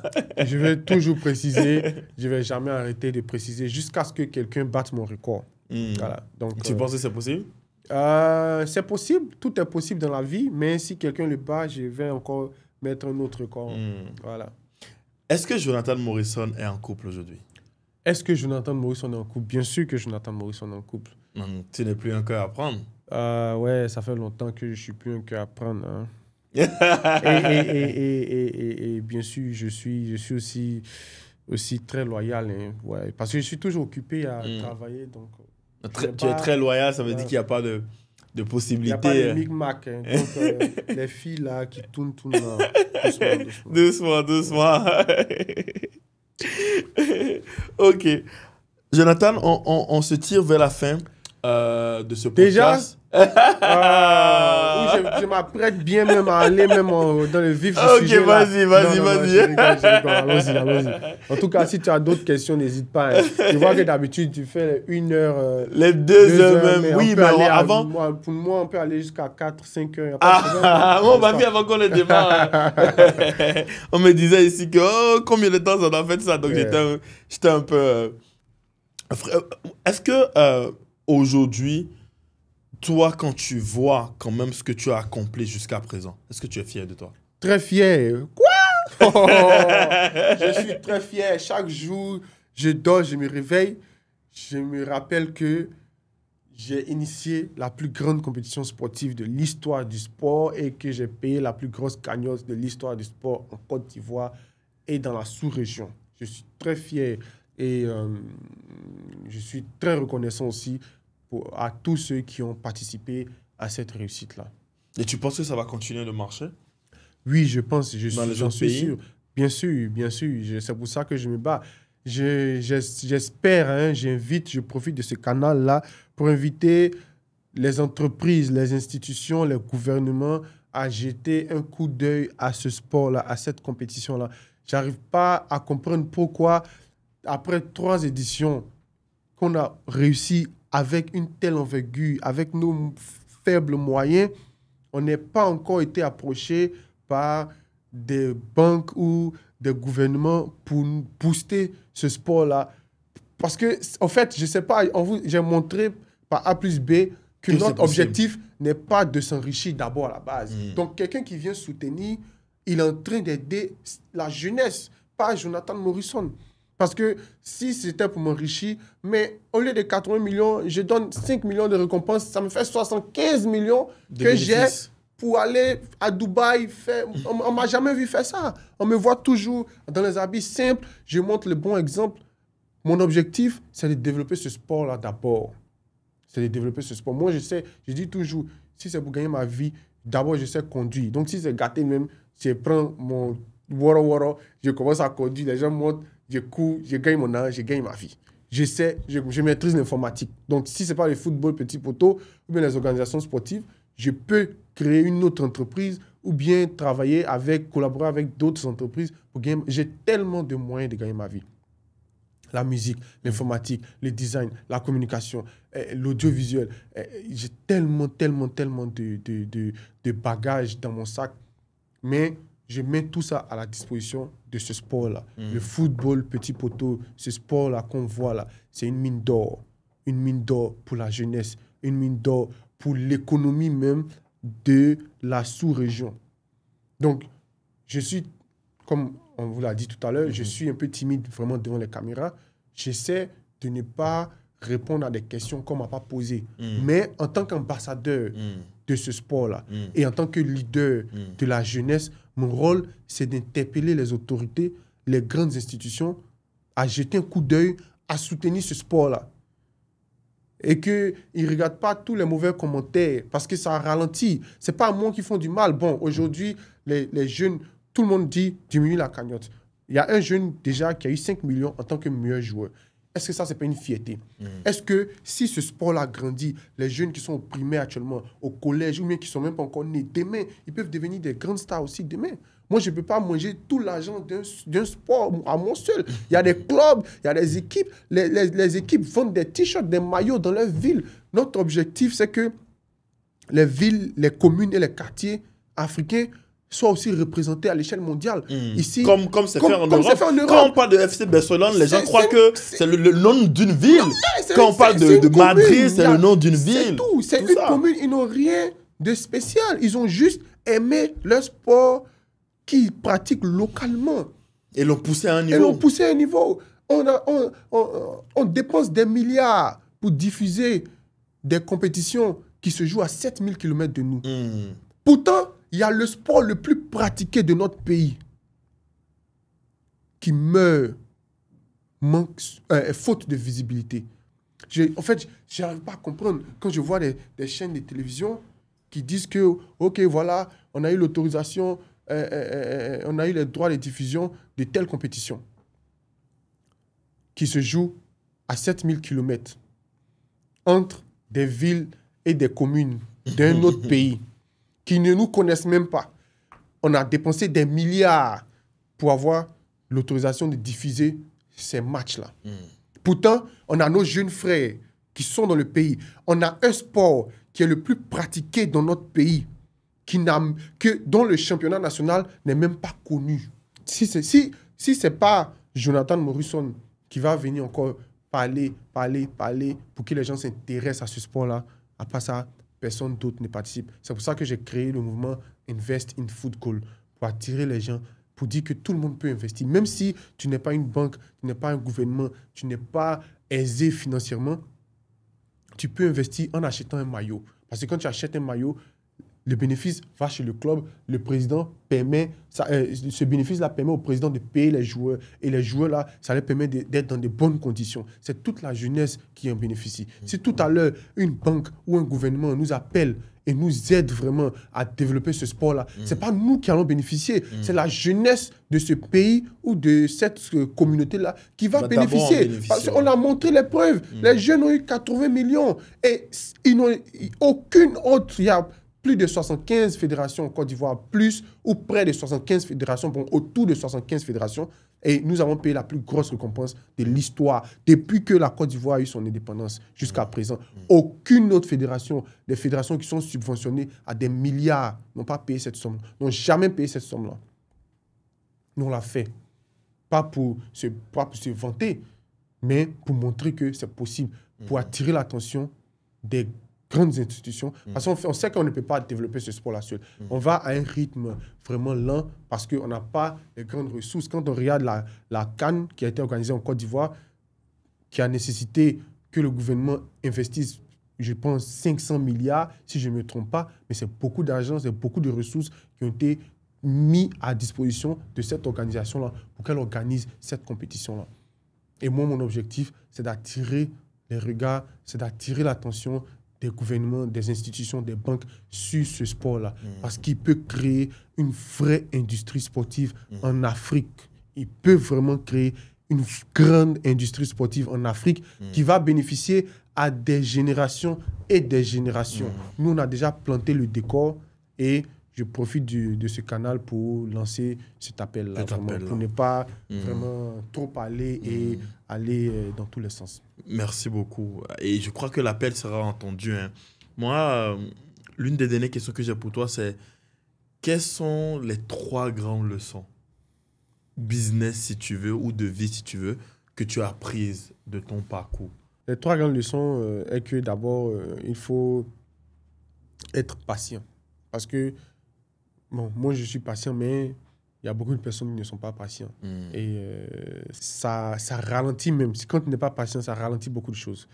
La deuxième leçon est qu'il faut se connaître soi-même. Il faut savoir là où tu vas, d'où tu viens et savoir ce que tu veux. En fonction de ça, que tu pourras marcher.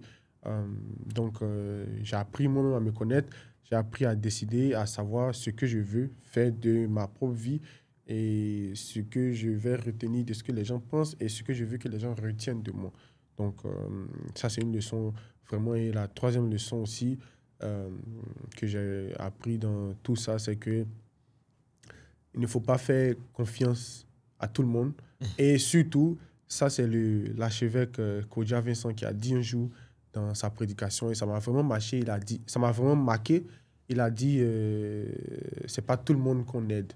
C'est pas tout le monde qui est dans la rue qu'il faut enlever dans la rue parce qu'on a subi beaucoup de déceptions en voulant aider les gens qui ne méritaient pas qu'on leur tende la main. Et vraiment, quand j'étais à l'église et il a dit ça, vraiment, ça m'a vraiment touché. Je me suis rendu compte qu'on a essayé de prendre, on a essayé d'aller loin avec des gens qui ne voulaient même pas nous voir aller dans cette direction-là. Donc, c'est par rapport à tout ça qu'on a décidé de tirer un frein à main, de libérer tout le monde, de réorganiser notre entreprise, notre système, et puis d'aller vraiment dans un système qui va nous faciliter la tâche où on n'aura plus à dos trop d'employés, trop de personnes trop de charges. Voilà. On a vraiment libéré beaucoup de charges pour être beaucoup plus libre de réaliser nos exploits. Quoi. Voilà. Il y a beaucoup d'entrepreneurs qui nous écoutent, qui ont des projets, qui ont des business, etc. Pour quelqu'un qui a de la difficulté à faire connaître son projet, son business, quels sont ces 3 conseils-là que tu peux te donner? Parce qu'un truc sur lequel on est quand même sûr, c'est que tu as cette capacité à faire connaître les projets sur lesquels tu travailles. Bien sûr. Quels sont ces 3 conseils-là que tu pourrais lui donner? Bon, moi, je n'ai qu'un seul conseil à leur donner, c'est d'entrer en contact avec le 13 pour prendre un package, parce qu'on est aussi une agence de communication. On va leur faire connaître leur propre communication. Ils vont te faire la... Bon, s'il veut faire leur propre communication, c'est qu'il a les moyens, il sait sur quoi il compte. Moi, je ne sais pas, moi. Mais si tu veux faire connaître ton produit, aujourd'hui, je peux affirmer que j'ai les moyens et j'ai tout ce qu'il faut pour faire connaître un produit, n'importe quel produit. N'importe quel produit. Donc, si tu vas faire connaître nos studios maintenant à l'international. Si je veux faire connaître vos studios à l'international, déjà même ma présence, ça va faire connaître. C'est déjà quelque chose. Ouais. Et si je veux le faire connaître, il va falloir établir une stratégie de communication parce que voilà, on gaspille pas ses talents quoi. Donc, tu vas nous madurer. En tout cas, ouais, pour vous. Bon, non. Non, on est ensemble, c'est la famille. Ensemble, c'est la famille. Mais vraiment, ce que je peux dire par rapport à ça est que moi, je ne donne pas des conseils d'entrepreneuriat. Moi, je ne suis pas comme les gens qui vont venir dire « Bonjour, oui, il faut te battre dans la vie parce que ça va aller, le travail... » Non. Pour moi, si tu veux réussir, personne ne peut te donner des conseils. C'est toi-même qui vas te donner des conseils. Tu vas trouver le moyen de réussir, d'aller là où tu veux aller. Moi, je n'ai aucun conseil à donner à aucun entrepreneur. La manière la vie m'a tapé, la vie va vous taper aussi. Et vous allez comprendre et vous allez avancer. C'est tout. Faut juste te lancer. C'est tout. J'ai un ami entrepreneur qui dit souvent les gens n'ont pas besoin de conseils, ils ont besoin d'inspiration. Ils ont besoin de voir. Ils ont besoin d'expérience. D'expérience. Voilà. Ce qu'il veut dire par inspiration, c'est ceci. Il dit que quand on voit quelqu'un fait quelque chose qu'on ne croyait pas possible de faire, dans notre cerveau, automatiquement, on se dit c'est possible de le faire. Parce qu'on a vu quelqu'un le faire. Donc, automatiquement, quelqu'un qui est intelligent, il doit être en mesure d'aller lui-même chercher les solutions pour réaliser son projet. Du moment où, par exemple, il a vu.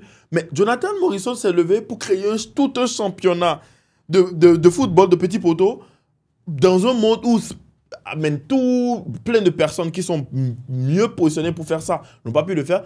Ça veut dire qu'en fait, je peux aussi partir de rien et créer mon truc et le faire marcher, quoi, tu vois.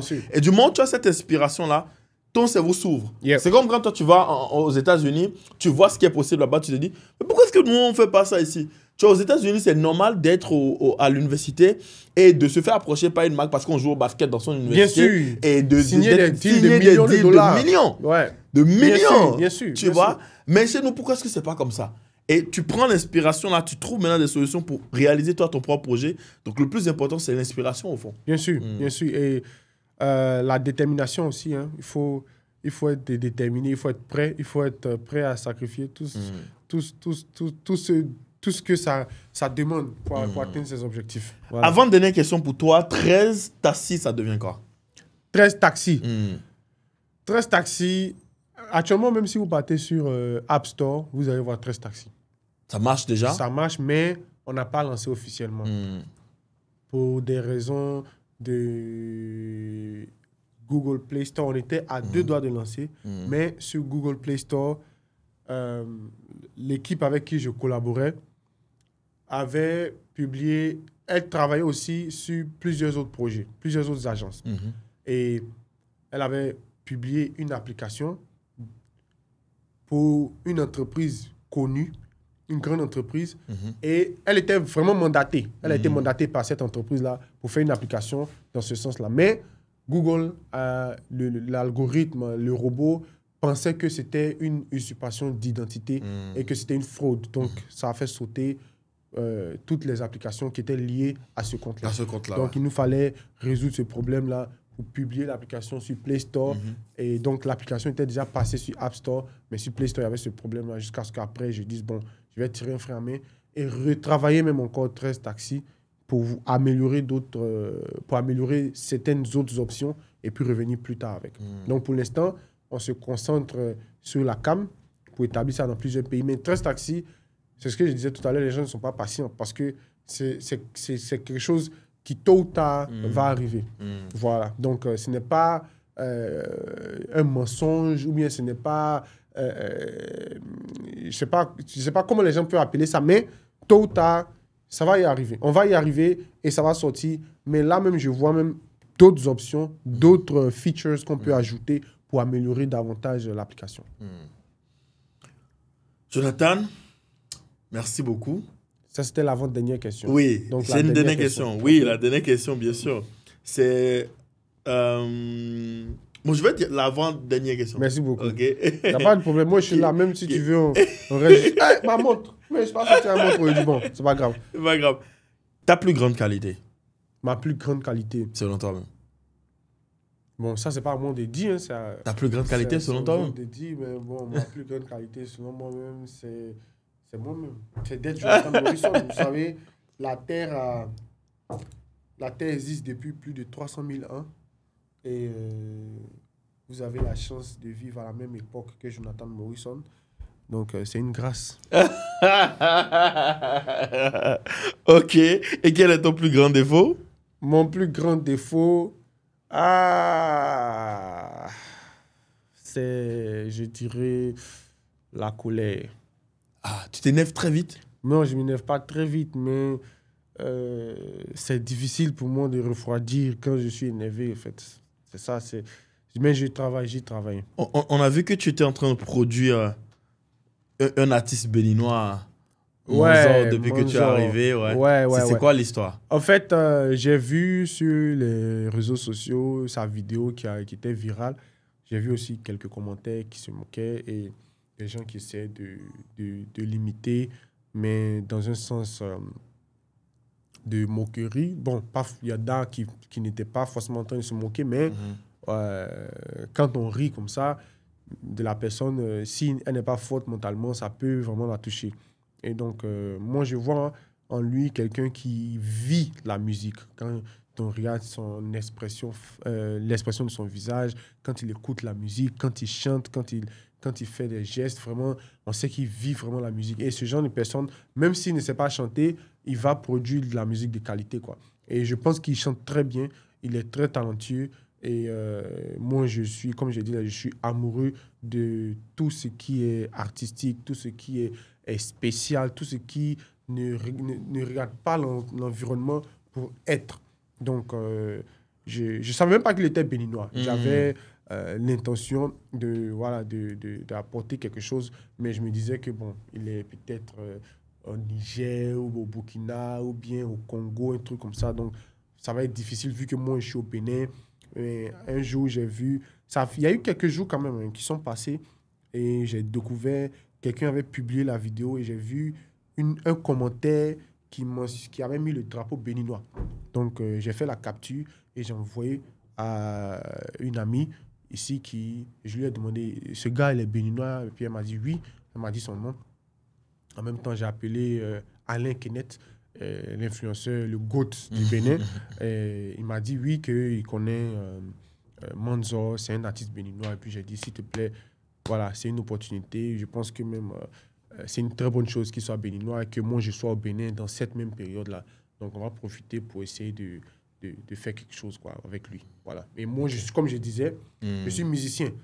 Depuis tout petit, je joue à la batterie, à la guitare et au piano. On a vu dans la vidéo, tu jouais à la batterie derrière lui. Bien sûr. Donc, moi-même, je fais la musique par plaisir. Voilà. Et je suis en train de me mettre un peu dans la création des beats parce que ça me fait plaisir. J'adore écouter la musique. Donc, voilà, je lui ai demandé s'il a le temps et si ça l'intéresserait de faire la chanson number one, sa propre chanson number one, vu qu'il aime les feelings, les vibes et tout ça. Donc, il a dit oui, il n'y a pas de problème. Et c'est dans ce sens-là que voilà, nous sommes allés au studio. Ok, donc tu le produis juste sur cette chanson-là? Bon, ouais. Je ne veux pas dire je le produis parce que c'est un gros mot, dire qu'on produit quelqu'un. Voilà. C'est prendre vraiment tout en charge. Mais c'est un artiste connu qui est déjà une star. Hein? Voilà. Mais moi, je l'ai juste contacté pour dire viens, voilà, on travaille sur ce son-là avant que la flamme ne s'éteigne. Quoi. Et tu profites de cette plateforme, de cette visibilité que je vais te donner pour prendre ton envol. Moi, ça me fait plaisir. Voilà. Donc, c'est tout. Tu es venu chez nous, ici, au PodLab Studio. Dès que tu es rentré en même temps, tu as dit, franchement, joli décor, etc. Tu es venu ici, c'était quoi ton impression? Comment tu as trouvé le studio? J'adore la qualité de la décoration, la qualité des appareils que je vois, parce que tous ces détails-là comptent pour moi, et surtout l'hygiène du studio, parce que ça compte beaucoup pour moi. La directrice m'a contaminé. Vraiment, l'hygiène, c'est vraiment numéro 1 partout, dans tout ce qu'elle fait. Donc, j'aime le style. le background qui est noir, face à face à la caméra, face à son destin. Il n'y a pas de bruit, la climatisation. En fait, tout est net, tout est nickel, quoi. Il n'y a pas de problème. Prochainement, en fait, je serai là beaucoup plus à l'heure parce que je sais qu'aujourd'hui, je suis arrivé un peu en retard. Je m'excuse. À un moment donné, je me suis demandé, est-ce qu'il vient toujours? Non, désolé. Et tu n'étais pas en ligne en plus. Ouais. Désolé. Et mon téléphone était déchargé parce qu'on était même pas loin. On était dans les parages. Il y a des plages. Bon, on était à 10 minutes ici. Il y a des plages. On était à une plage. Il y a un boss qui voulait nous faire visiter voilà, son espace. Voilà. Donc, on était là-bas. Yeah. Quel est ton mot de fin, Jonathan? Merci beaucoup à Podlab Studio de m'avoir reçu. Merci à Béni. J'ai vu tes vidéos, c'est une très belle vidéo. Et ce concept, c'est un très beau concept. Ça permet aux personnalités de s'exprimer dans un cadre vraiment professionnel. Vraiment, félicitations à vous pour ce que vous faites. Je vous souhaite beaucoup de bonheur, beaucoup de réussite, beaucoup plus de visibilité. Merci. S'il y a quelque chose que je peux faire pour vous aider ou pour vous donner un coup de main, n'hésitez pas à me le demander. Pour moi, c'est la jeunesse qui gagne, c'est la jeunesse africaine qui gagne. Félicitations vraiment à vous pour ce que vous faites. Et je souhaite que vous grandissiez davantage et que prochainement, quand je reviens, je trouve un plus grand studio, pourquoi pas un plateau télé, pourquoi pas un public même qui regarde, pourquoi pas, voilà. Plein de choses. Ouais, donc félicitations, voilà. Félicitations à l'équipe aussi. Je vois le positionnement des caméras, des lumières, tout ça. J'analyse, je regarde un peu le professionnalisme. Je vois que lui, il a porté tout noir, c'est très bien pour un cadreur, tout ça. Donc c'est bien. Félicitations à vous. Félicitations à vous. C'est tout ce que je peux dire. Merci et aussi, surtout, oui. J'ai regardé vos vidéos. Je vois les montages que vous faites là, l'animation avec les écritures et le blocage. Ça communique et ça dit que vous faites attention à vraiment tous les petits détails. Et ça me plaît beaucoup. Félicitations à vous pour ça. Et vraiment, big up à votre monteur vidéo. Il fait un travail exceptionnel. Merci beaucoup. C'est toute une équipe. Moi, je ne savais pas que tu avais regardé tous ces détails-là que tu avais vus. Je regarde. Avant d'accepter, j'ai pris la peine de regarder. Et, parce que aussi, je ne veux pas aller sur n'importe quel podcast. Ouais. Donc, si je suis là, c'est que c'est vraiment un podcast de qualité. Donc, voilà, tous ceux qui seront contactés, toutes les personnalités, n'hésitez pas à venir ici. Et pourquoi pas aussi que tu te déplaces à Abidjan. Ah ouais. Pays, on t'attend là-bas. Bientôt. Là-bas, c'est chaud. Hein? Là-bas, il y a les buzz chaque semaine. Là, tu dis que c'est dans une semaine, tu vas poster ma vidéo là. Là-bas, tu vas poster chaque 2 jours. Hein? Chaque 2 jours. Il y a des buzz. Non. Ici au Bénin, les gens sont plus calmes. Réservés. On est planifié. Voilà, là-bas, c'est chaud. Là-bas, pendant même que tu es en train de faire le podcast là, on te dit que hey, ton invité là, il y a un nouveau buzz. Hein? Et puis tu viens, tu dis, mais il y a un buzz encore, tu as assis devant moi, il y a un buzz. C'est ça. Donc, ça va aller. C'est fou. Mais c'est bien parce que, justement, on est en train de... C'est une surprise que je réserve à l'audience. Mais il y a de fortes chances que non, ça va cartonner. Bientôt, on sera chez vous. Et ça va cartonner. Moi comme j'ai dit, là, je suis en train de tisser une toile. Donc, si vous voulez... Après l'émission, plus tard, on pourra parler, voir les synergies, comment on pourra collaborer. Mais je suis conscient et je suis sûr que si vous faites un podcast pareil en Côte d'Ivoire, ça va marcher. Ça va marcher aussi. Ouais. Ah. Tout comme ça marche ici au Bénin. Ça marche ici, voilà, ça va marcher en Côte d'Ivoire. Et vu que là-bas, il y a beaucoup plus de buzz là-bas, ça va c'est le pays du buzz. Ouais. C'est le pays du buzz. Premier producteur de buzz en Afrique. À Tchéquie est plus connu que plein de pays en Afrique. Bien sûr. À Tchéquie, vraiment. La Tchéquie. Quel est ton plat préféré du Bénin? Du Bénin? Oui, depuis que tu es arrivé. Vraiment. Bon, je sais pas. Moi, je mange pas... Tu as mangé les yams pilés? Non. En fait, c'est pour ça que... Vous n'avez pas fait manger les yams pilés encore? C'est pour ça que, en fait, on a pris, au lieu de rester dans un hôtel, une résidence, parce que ça permet de préparer la nourriture. On mange toujours comme si on était en Côte d'Ivoire. Non. Ouais. Mais j'ai découvert le crin-crin. Oui. Tu n'as jamais mangé de crin-crin? Ah, le crécrin, j'ai vu, tu as mangé le crécrin. Oui, j'ai vu ça, j'ai vu ça. Ouais, c'était ouais. bon, c'était bon. C'était bon. C'était bon. Seulement que la sauce glissait un peu trop dans ma main. Trop, oui, mais c'est comme ça se mange. J'étais dehors, les gens. Donc te regardaient, tout ça. Doucement, mais je pense que ça, c'est quelque chose qui se mange à la maison, torse nu, avec oui. nez bien lavé. On mange comme ça, et comme ci, comme ça. Ouais, je pense que ça m'a beaucoup marqué. Ouais. Je vais recommander encore. Tu devrais prendre l'igname pilé. Moi, je peux te recommander des plats. L'igname pilé. Ok. Un bon igname pilé. Tu peux t'inviter même chez moi hein, pour manger ça. Ça me fait plaisir. Et après moi, je t'invite à manger le gaba. Ah ouais, je suis chaud. Je sais que le gaba, vous mangez déjà. Oui, mais pas comme chez vous. Tu vois, le gaba chez vous, comme vous le faites et tout. Nous, on a du attiéké ici, mais pas le gaba. Okay. On a du attiéké, mais pas le gaba où vous faites avec le cube, tout ça. Ouais. Chez nous, c'est plus le format attiéké. Tu vois, le poisson thon chez vous, tout ça. Ouais. Nous, c'est plus l'autre là, qu'on fait le attiéké normal qu'on fait, tu vois. Non, mais il y a des plats incroyables chez nous. Hein. Ouais. La pâte rouge, le piron, la sauce de légumes. Ah, il y a beaucoup de plats. faut que je découvre ça. Il faut que tu découvres. Tu me dis combien de jours tu dois passer encore. On va arranger avec mon cuisinier. Je vais inviter toute l'équipe à la maison. Non, franchement, vous allez... En tout cas, vous allez adorer. Merci beaucoup pour l'invitation. Ça fait plaisir. Non, pour l'instant, on découvre le Bénin. Donc, vraiment, la cuisine aussi, c'est quelque chose qui nous intéresse. Parce que, en fait, pourquoi je n'ai pas encore fait, je réserve ça pour ma tournée.